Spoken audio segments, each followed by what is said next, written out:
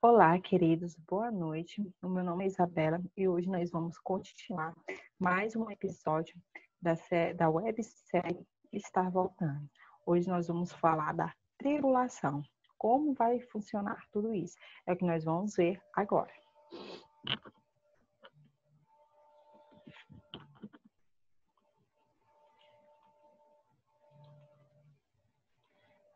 Aqui nós vamos ver Apocalipse 13 e a marca da besta. O que vai trazer para nós? Apocalipse 13 fala da união de três poderes no fim dos tempos contra o povo de Deus. São eles: o dragão, Satanás. Esse poder é o símbolo maior do espiritismo. Este dá o seu poder e autoridade à besta que sobe do mar, que passa a agir sob o seu comando. Segundo poder, a besta que sobe do mar. Esta recebe autoridade sobre o mundo durante 1260 anos, tempo de supremacia papal na Idade Média, mas recebe uma ferida mortal. Ela perde seu poder e sua autoridade em determinado momento. Porém, o texto afirma que essa ferida mortal seria curada, que Roma seria recuperada, o seu poder, sua popularidade e a autoridade, e todos seguiriam a besta, isto é, o papado. A besta que sobe da terra é o terceiro poder. Os Estados Unidos é um símbolo maior do protestantismo, que hoje encontra-se apostatado, pois abandonou as verdades bíblicas para aderir às ideias de Roma. Este usaria sua influência e poder em prol da primeira besta, levando as pessoas a adorá-la e impondo sanções àqueles que recusassem. Os que adoram a besta receberiam a sua marca. Assim como a besta tem a sua marca, Deus também tem o seu selo. E nós vamos ver que selo é esse que Deus tem. Satanás, querendo copiar Deus, fez a sua marca, mas nós vamos ver o selo original de Deus.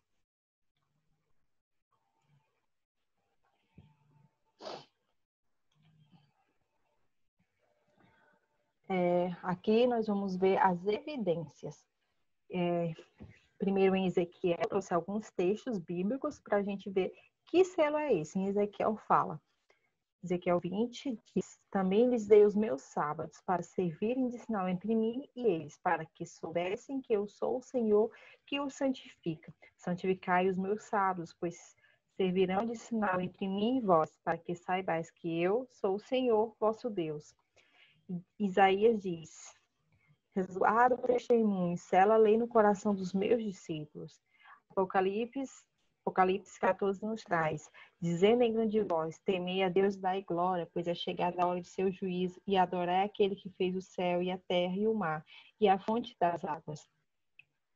O livro de Êxodo, capítulo 20, nos traz: lembra-te do dia do sábado para o santificar, porque em 6 dias fez o Senhor os céus e a terra, o mar e tudo que nele há, e ao sétimo dia descansou. Por isso, o Senhor abençoou o dia de sábado e o santificou. E Gênesis, no capítulo 2, vai nos trazer: assim, pois, foram acabados os céus e a terra e todo o seu exército, e havendo Deus terminado no sétimo dia a sua obra que fizera, descansou nesse dia de toda a sua obra que tinha feito. E abençoou Deus o sétimo dia e o santificou, porque nele descansou de toda a obra que, como Criador, fizera. Aqui, então, nós entendemos que o selo de Deus é o sábado. Continuando, num comentário bíblico adventista, diz o seguinte: logo que o povo de Deus estiver selado na fronte, não é algum selo ou marca que pode ser visto, mas a consolidação na verdade, tanto intelectual como espiritualmente, de modo que não possam ser abaladas. Logo que o povo de Deus estiver selado e preparado para a sacudidura, ela ocorrerá, na realidade, ela já começou. O selo de Deus vivo é colocado nos que guardam conscienciosamente o sábado do Senhor. No comentário bíblico adventista também diz o seguinte: os que querem ter o selo de Deus na testa precisam guardar o sábado do quarto mandamento. A verdadeira observância do sábado é o sinal de lealdade a Deus. Em Testemunhos Seletos, nós também podemos ver que de todos os preceitos, só o quarto contém o selo do grande legislador, Criador dos céus e da terra. A observância do memorial do Senhor, o sábado, instituído no Éden, o sábado do sétimo dia, é a prova de nossa lealdade a Deus. Nós também vemos aqui que, tão verdadeiramente como foi colocado no sinal sobre as portas das habitações dos hebreus para proteger o povo contra a ruína geral, será colocado um sinal em cada um dos que pertencem ao povo de Deus. O Senhor declara: também lhes dei os meus salvos para servirem de sal entre mim e eles, para que soubesse que eu sou o Senhor que os santifica. Essas escolhidas, nós podemos dizer que na peleja a ser travada, nos últimos dias estarão unidos em oposição ao povo de Deus todos os poderes corruptos que apostataram da lealdade à lei de Jeová. Nessa peleja, o sábado do quarto mandamento será o grande ponto em litígio, pois no mandamento do sábado, o grande legislador se identifica como Criador dos céus e da terra. Aqui nós também podemos ver no comentário bíblico adventista: Deus fez o mundo em 6 dias e descansou no 7º, santificando este dia e separando-o de todos os outros como sagrado, a sua própria pessoa, para que fosse observado por seu povo durante todas as suas gerações.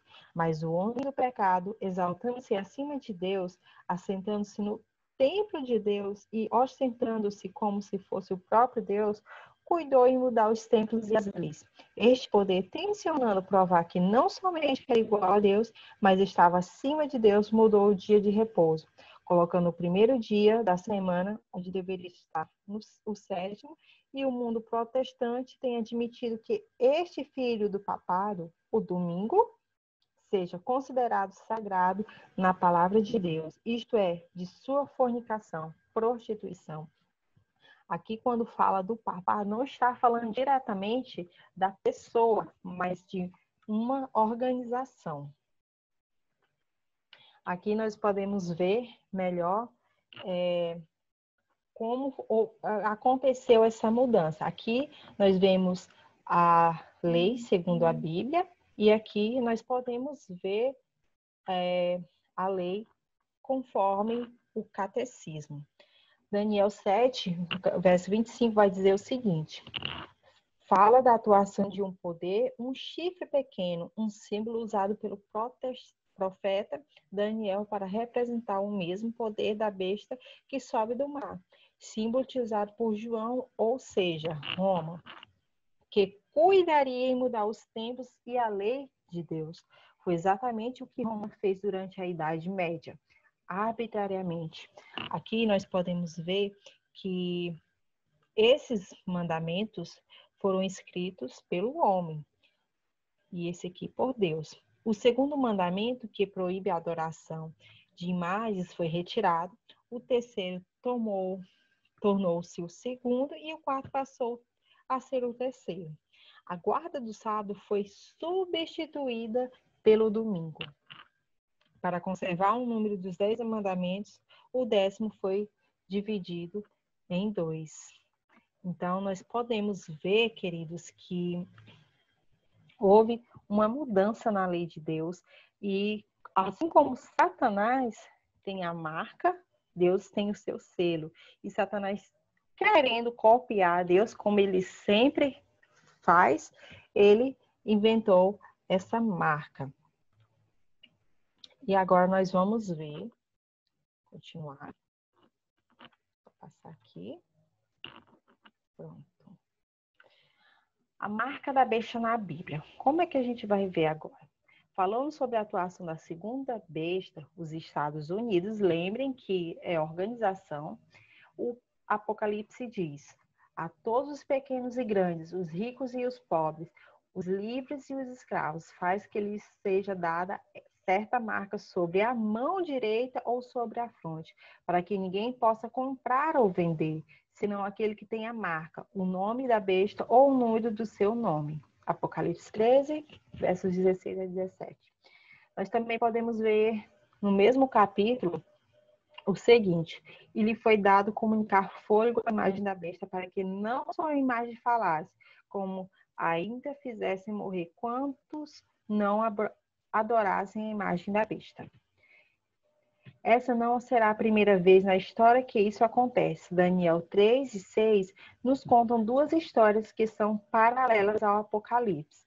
A estátua de Nabucodonosor e Daniel na cova dos leões. Assim como aconteceu naquela época da estátua de Nabucodonosor e também o fato de Daniel ter ido parar nas covas dos leões, também acontecerá com o povo de Deus. Eles tiveram que obedecer uma lei humana, mas por não fazerem isso, eles sofreram consequências. Eles preferiram servir a Deus. E isso vai acontecer com nós também, quando essa lei dominical for lançada, né? A marca da besta. Agora vamos passar aqui para o próximo. As evidências externas. Quando nossa nação, Estados Unidos, renunciar os princípios de seu governo de tal forma que vote uma lei dominical, que foi o que eu falei agora há pouco, nesse próprio ato, o protestantismo dará a mão ao papado. O livro também, Meditações Matinais, diz o seguinte: os protestantes lançarão toda a sua influência e o poder ao lado do papado, por um ato nacional, enquanto falso sábado, eles darão vida e vigor à corrompida fé de Roma, avivando sua tirania e opressão da consciência. Mas cedo ou mais tarde serão aprovadas leis dominicais. E a gente também pode ver que em breve serão impostas leis dominicais e homens em posições de confiança ficarão furiosos com o pequeno número do povo de Deus que guarda os mandamentos. João diz o seguinte, que João foi convidado a contemplar um novo distinto dos que adoram a besta ou a sua imagem, observando o primeiro dia da semana. A observância desse dia é um sinal da besta, no caso, o domingo. O sinal da besta é o dia de repouso papal. Está em Evangelismos, livro de Evangelismos, e aqui também no comentário bíblico adventista diz que quando vier a prova será mostrado claramente o que é a marca da besta. Ela é a observância do domingo. Nós também podemos ver em testemunhos seletos que o sinal ou selo de Deus é revelado na observância do sábado do sétimo dia, o memorial divino da criação. A marca da besta é o oposto disso. Lembra que eu falei que Satanás gosta de copiar as coisas de Deus? A observância do primeiro dia da semana a todos os pequenos e grandes faz que lhes seja dada certa marca sobre a mão direita ou sobre a fronte. Os homens não deverão trabalhar como as mãos no domingo, mas reconhecer com a mente. O domingo é o sábado. Que o domingo é o sábado, né? Ninguém recebeu até agora o sinal da besta. Isso é um fato. Apesar de, em alguns lugares do mundo, já se guardar o domingo, o sinal da besta, ele ainda não foi colocado. Ninguém ainda recebeu esse sinal. Para ficar claro isso. A observância do domingo não é ainda um sinal da besta, como foi dito. E não será até que saia o decreto compelindo os homens a venerarem esse falso sábado. Chegará o tempo em que esse dia será a prova. Mas esse tempo ainda não veio. Ao passo que a observância do sábado espúrio, o domingo, é o falso sábado, em conformidade com a lei dos Estados Unidos, contrária ao quarto mandamento, será uma declaração de fidelidade ao poder que se acha em oposição a Deus. É a guarda do verdadeiro sábado em observância à lei divina, uma prova de lealdade para com o Criador. Ao passo que uma classe, aceitando o sinal de submissão aos poderes terrestres, recebe o sinal da besta, a outra, preferindo o sinal da obediência à autoridade divina, recebe o selo de Deus.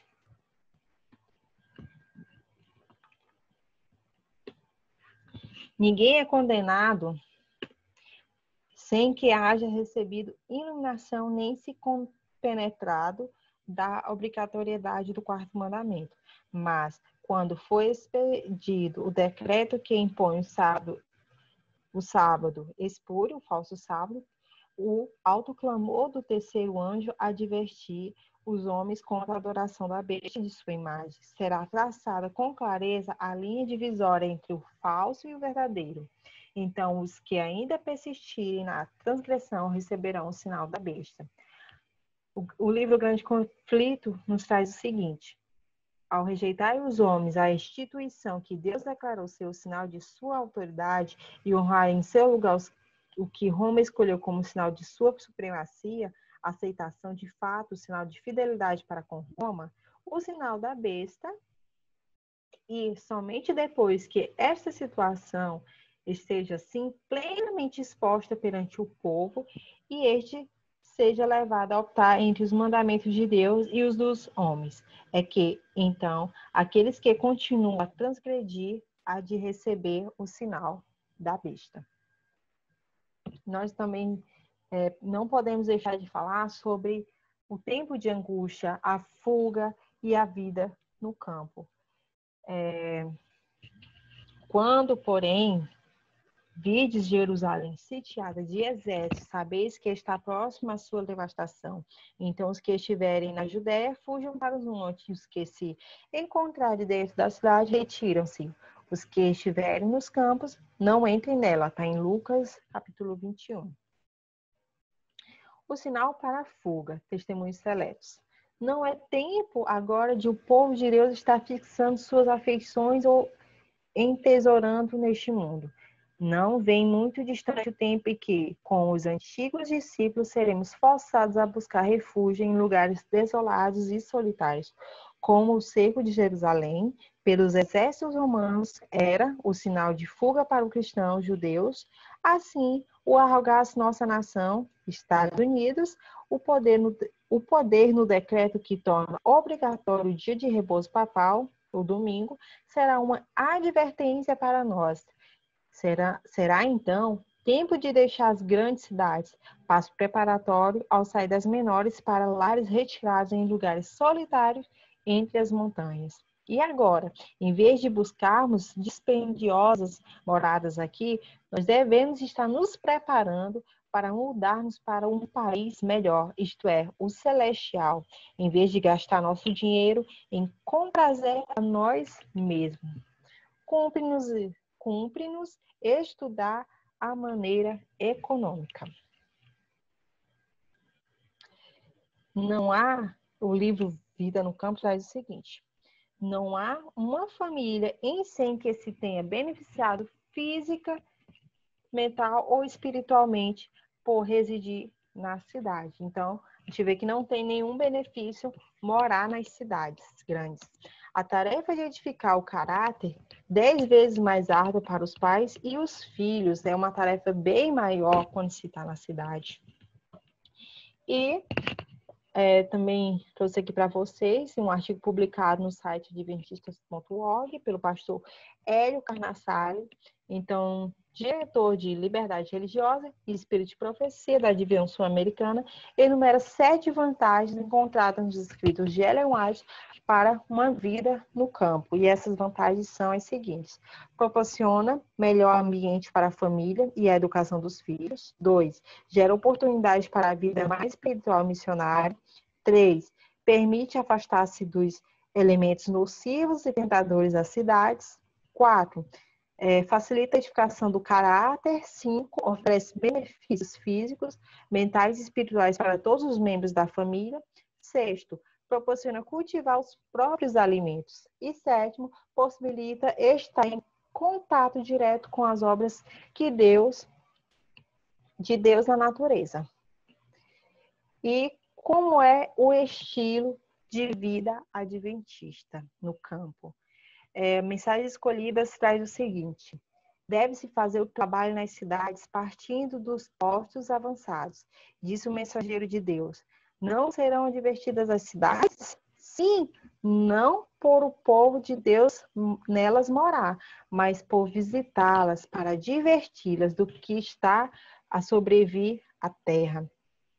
Então, não é necessário que você more na cidade grande para que você pregue o evangelho. Você pode morar no campo, se você pode fazer isso, você pode morar no campo e estar visitando as cidades para que você venha pregar. Mas não necessariamente você precisa estar nela. Então, se você tem como se planejar para isso, planeje para que não tenha um conflito futuro. Assim como fizeram Enoque e João Batista, lembra que Enoque e João Batista eles não moravam nas cidades, mas eles moravam afastados delas e pregavam nelas. O pastor Ayrton Cole chama esse plano de dentro para fora, dentro fora. Dentro das cidades deve ser realizado um ministério especial e fora delas pode ser encontrada a oportunidade para fortalecer a vida espiritual.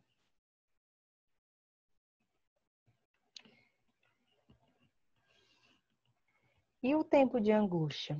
Em Mateus, capítulo 24, vai nos trazer várias situações, porque nesse tempo haverá grande tribulação, como desde o princípio do mundo até agora não tem havido e nem jamais haverá.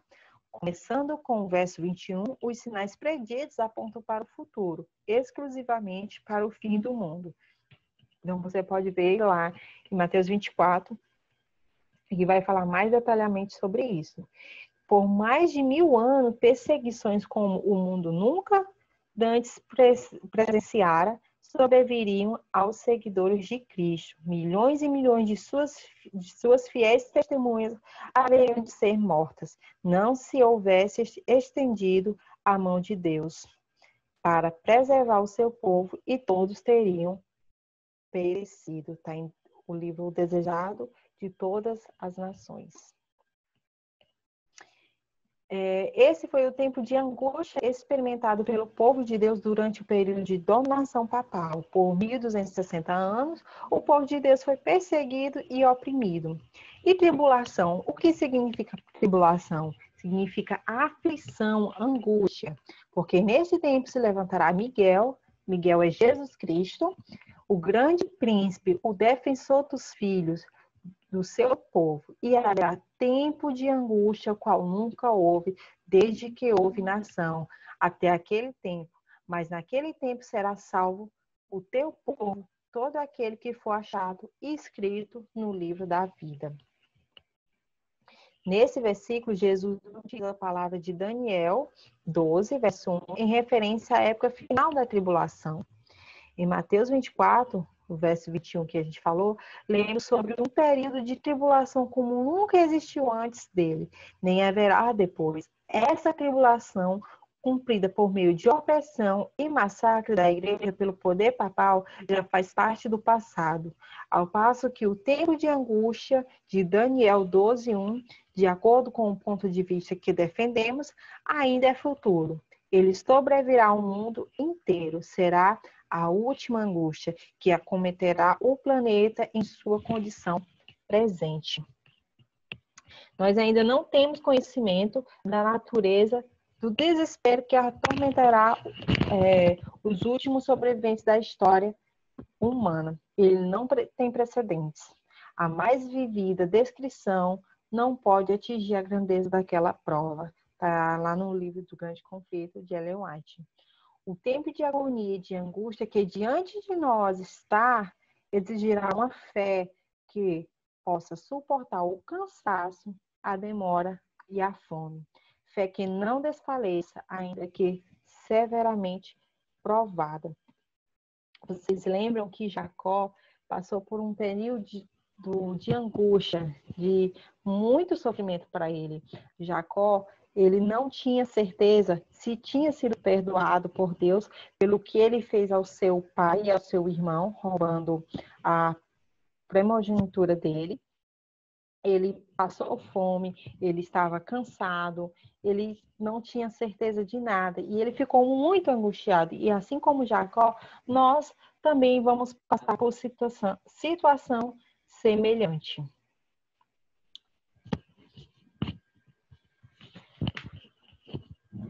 A mais devida descrição, já li isso aqui, agora nós vamos, o tempo de dormir, já foi, vamos para o próximo.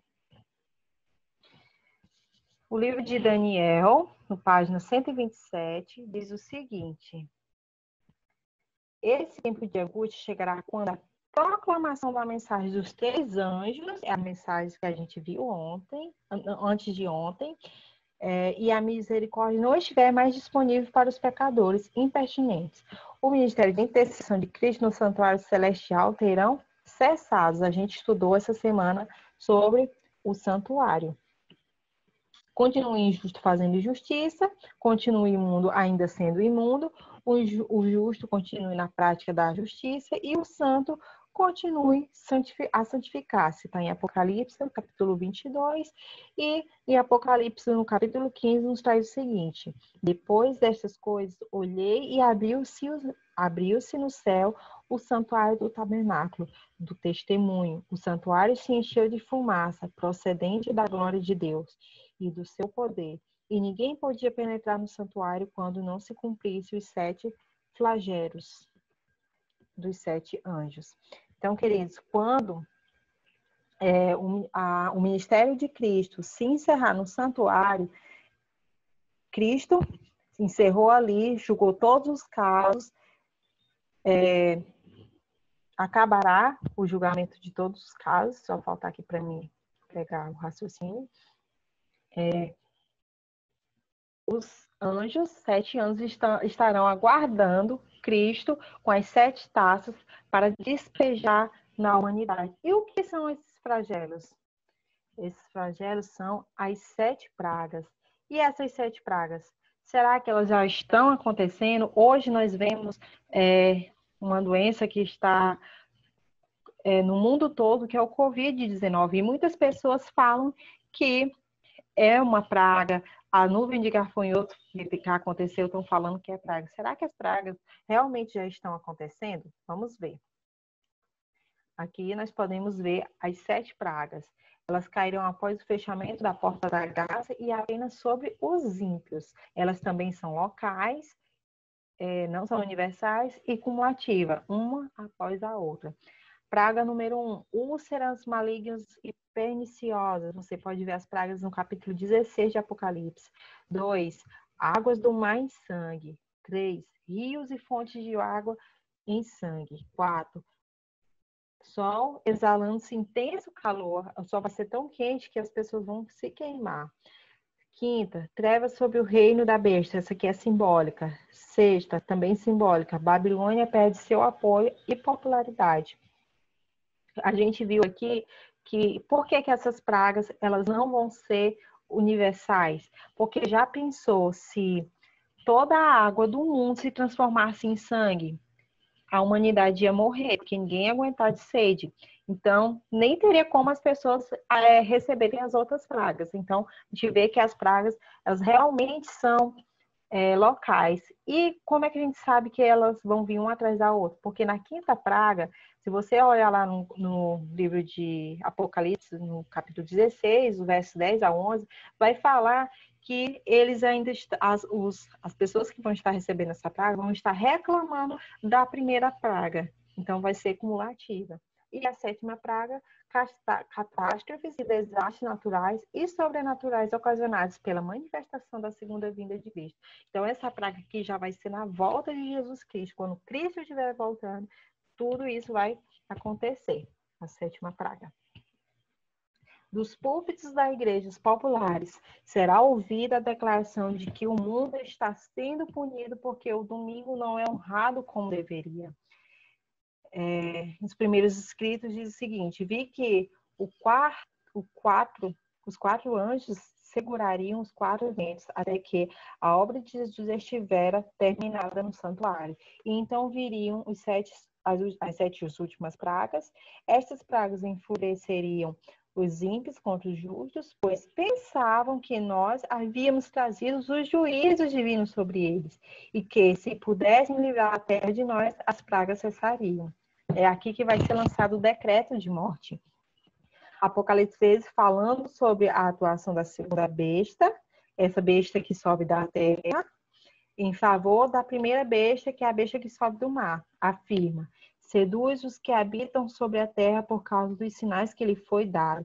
Executa-te diante da besta, dizendo que os que habitam sobre a terra que façam uma imagem à besta. Aquele que, ferindo a espada, sobreviveu e lhe foi dado comunicar o fôlego à imagem da besta, para que não só a imagem falasse, como ainda fizessem morrer quantos não adorassem a imagem da besta.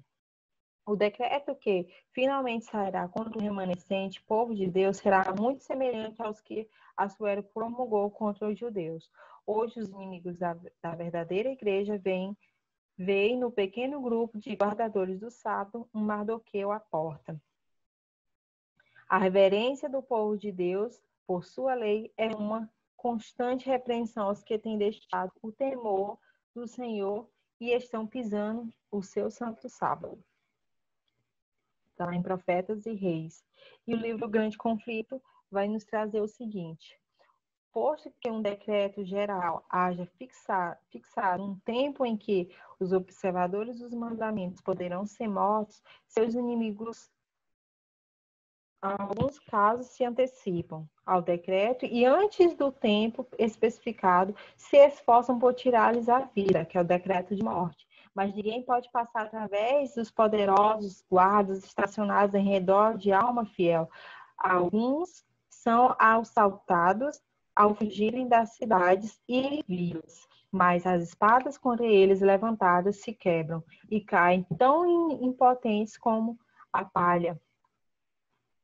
Outros são defendidos por anjos sob a forma de guerreiros. Então, queridos, apesar de haver um decreto de morte, nenhuma alma vai morrer, porque Cristo não vai permitir isso, porque se isso acontecesse, não seria para semear semente para o reino de Deus, mas sim para a alegria de Satanás. Ah, que grande é aquele dia, e não há outro semelhante. É tempo de angústia para Jacó. Ele, porém, será livre dela. Está em Jeremias 30, verso 7. O tempo do fim será, então, como o do exílio, um período no qual Jerusalém e o templo já não existe para garantir a salvação. Um tempo no qual Deus está ausente. É a experiência do absurdo em que a fé permanece sem um objeto. Estamos sozinhos, parece que Deus desapareceu. Por que continuar? Dúvidas sufocam a frágil chamada fé. Sem nenhum lugar para onde ir, o povo de Deus parece não ter mais esperanças. É realmente um tempo de angústia. A angústia de Jacó, quando ele compreendeu que Esaú estava marchando contra ele, 400 homens, representa a angústia dos justos ante o decreto que a condena à morte, exatamente antes da vinda do Senhor. No grande conflito traz, se o povo de Deus tivesse pecados não confessados que surgissem diante deles, enquanto torturados pelo temor e angústia, seriam vencidos. Nós também, para não delongar muito, vou ler que traz no grande conflito: sozinho e desprotegido, Jacó prostrou-se em terra com profunda angústia.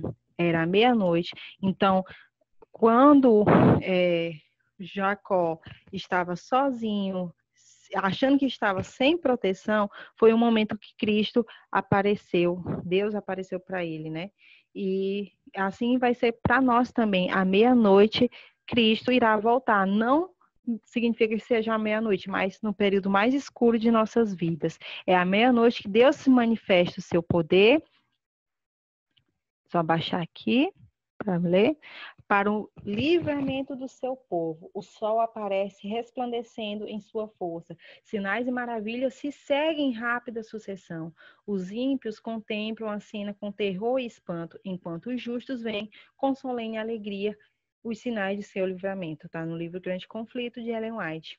Aqui está a perseverança dos santos, os que guardam os mandamentos de Deus e a fé em Jesus. Apocalipse 14, verso 12. Para encerrar, vocês viram que aqui ficou bem claro o que é a marca da besta, o que é o selo de Deus. A marca da besta a gente viu que vai ser uma lei dominical que vai ser colocada. O selo de Deus é o sábado. Vai haver um tempo de angústia, mas tudo isso, queridos, tudo isso vai valer muito a pena, porque nós vamos encontrar com o nosso Salvador, nosso Jesus Cristo. Você faça planos para que esse dia glorioso chegue logo e que, apesar das tribulações que nós vamos passar, das aflições, das angústias, nada disso venha ser maior do que a nossa vontade de estar ao lado do nosso Salvador. Que você possa ter essa certeza em sua vida. Vamos orar. Querido Deus, muito obrigada, Pai, por termos estudado hoje novamente a Tua Palavra. Obrigada por essa série que estamos assistindo todas as noites. Que a Tua vida, Pai, a Tua vinda possa ser logo e que nós possamos estar preparados. Que não venhamos, Senhor, aceitar a marca da besta, mas que possamos ser selados, Pai, pelo Teu selo, o sábado. Que possamos, Senhor, ter em mente que a tua lei é sagrada, que nós venhamos guardar ela em nosso coração, em nossas vidas. Guarda-nos de todo o mal e nos ajude a nos preparar para a tua volta. É o que nós te pedimos em nome de Jesus. Amém. Fique com Deus, queridos. Qualquer dúvida você pode estar colocando nos comentários que a gente vai responder para você.